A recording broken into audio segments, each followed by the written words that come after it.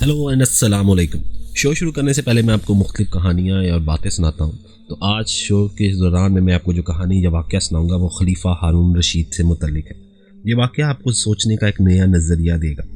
तो कहानी कुछ इस तरह से है या बात कुछ इस तरह से है कि खलीफा हारून रशीद अब्बासी ख़ानदान का 5वां खलीफा था।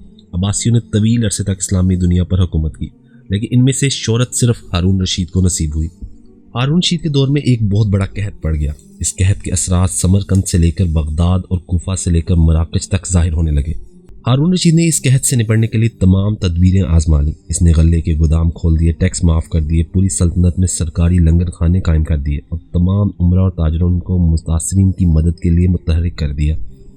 लेकिन इसके बावजूद अवाम के हालात ठीक नहीं हुए। एक रात हारून रशीद शदीद परेशानी में था। इसे नींद नहीं आ रही थी।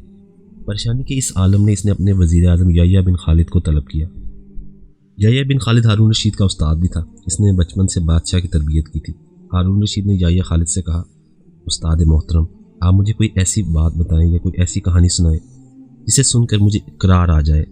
याह्या बिन खालिद मुस्कुराए और अर्ज़ किया, बादशाह सलाम, मैंने अल्लाह के किसी नबी की हयात तैयबा में एक दास्तान पढ़ी थी। दास्तान मुकद्दर, किस्मत और अल्लाह की रज़ा की सबसे बड़ी और शानदार तशरीह है, और अगर आप इजाज़त दें तो मैं वो दास्तान आपके सामने दोहरा दूं। बादशाह ने बेचैनी से फरमाया, या उस्ताद फ़ौरन फरमाइए, मेरी जान हलक में अटक रही है। याह्या खालिद ने अर्ज़ किया, किसी जंगल में एक बंदरिया सफ़र के लिए रवाना होने लगी। इसका एक बच्चा था। बच्चे को साथ नहीं ले जा सकती थी। चुनाचा वो शेर के पास गई और इससे अर्ज़ किया, जनाब, आप जंगल के बादशाह हैं, मैं सफ़र पर रवाना होने लगी हूँ। मेरी ख्वाहिश है कि आप मेरे बच्चे की हिफाजत अपने ज़िम्मे ले लें। शेर ने हामी भर ली। बंदरिया ने अपना बच्चा शेर के हवाले कर दिया। शेर ने बच्चा अपनी कंधे पर बिठाया और बंदरिया सफ़र पर रवाना हो गया। अब शेर रोज़ाना बंदरिया के बच्चे को अपने कंधे पर बिठाता और शेर में जंगल में अपने रोज़मर्रा के काम करता रहता। एक दिन शेर जंगल में घूम रहा था कि अचानक आसमान से एक चील आई। शेर के करीब पहुंची, बंदरिया का बच्चा उठाया और आसमान में गुम हो गई। शेर जंगल में भागा दौड़ा, लेकिन वो चील को ना पकड़ सका।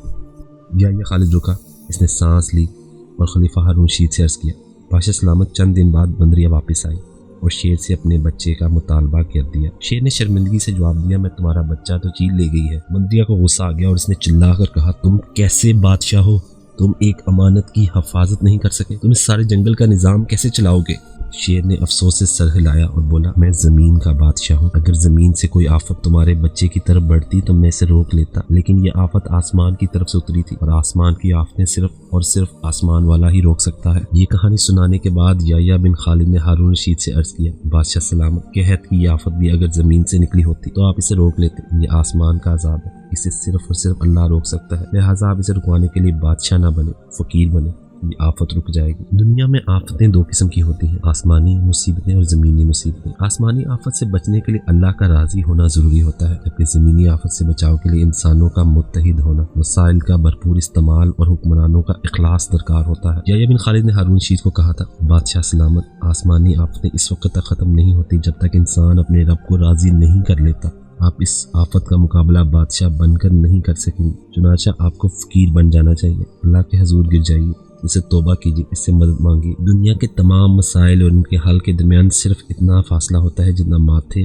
और जाने नमाज के दरमियान। लेकिन अफसोस, हम अपने मसाइल के हल के लिए 7 समुंदर पार तो जा सकते हैं, लेकिन माथे और जाए नमाज के दरमियान मौजूद चंद इंच का फासला तय नहीं कर सकते। मैं अपने तमाम सुनने वालों को यहाँ पे यही कहना चाहूँगा कि ये जो आफत है कोरोना वायरस की, ये आसमानी आफत है। इसमें आप जो मर्जी कर लें, कोशिश करें, एहतियात करें, लेकिन ये अल्लाह को राज़ी करें। अब अल्लाह नाराज़ है तो फिर जमी आफत ख़त्म नहीं होगी। हम एहतियात तो करेंगे, लेकिन अगर मौत लिखी है तो मौत आ जाएगी। लेकिन अगर अल्लाह राज़ी हो गया तो आप कहीं मौत के मुंह में भी चले जाएंगे तो बच के निकल आएंगे। अल्लाह को राज़ी करें।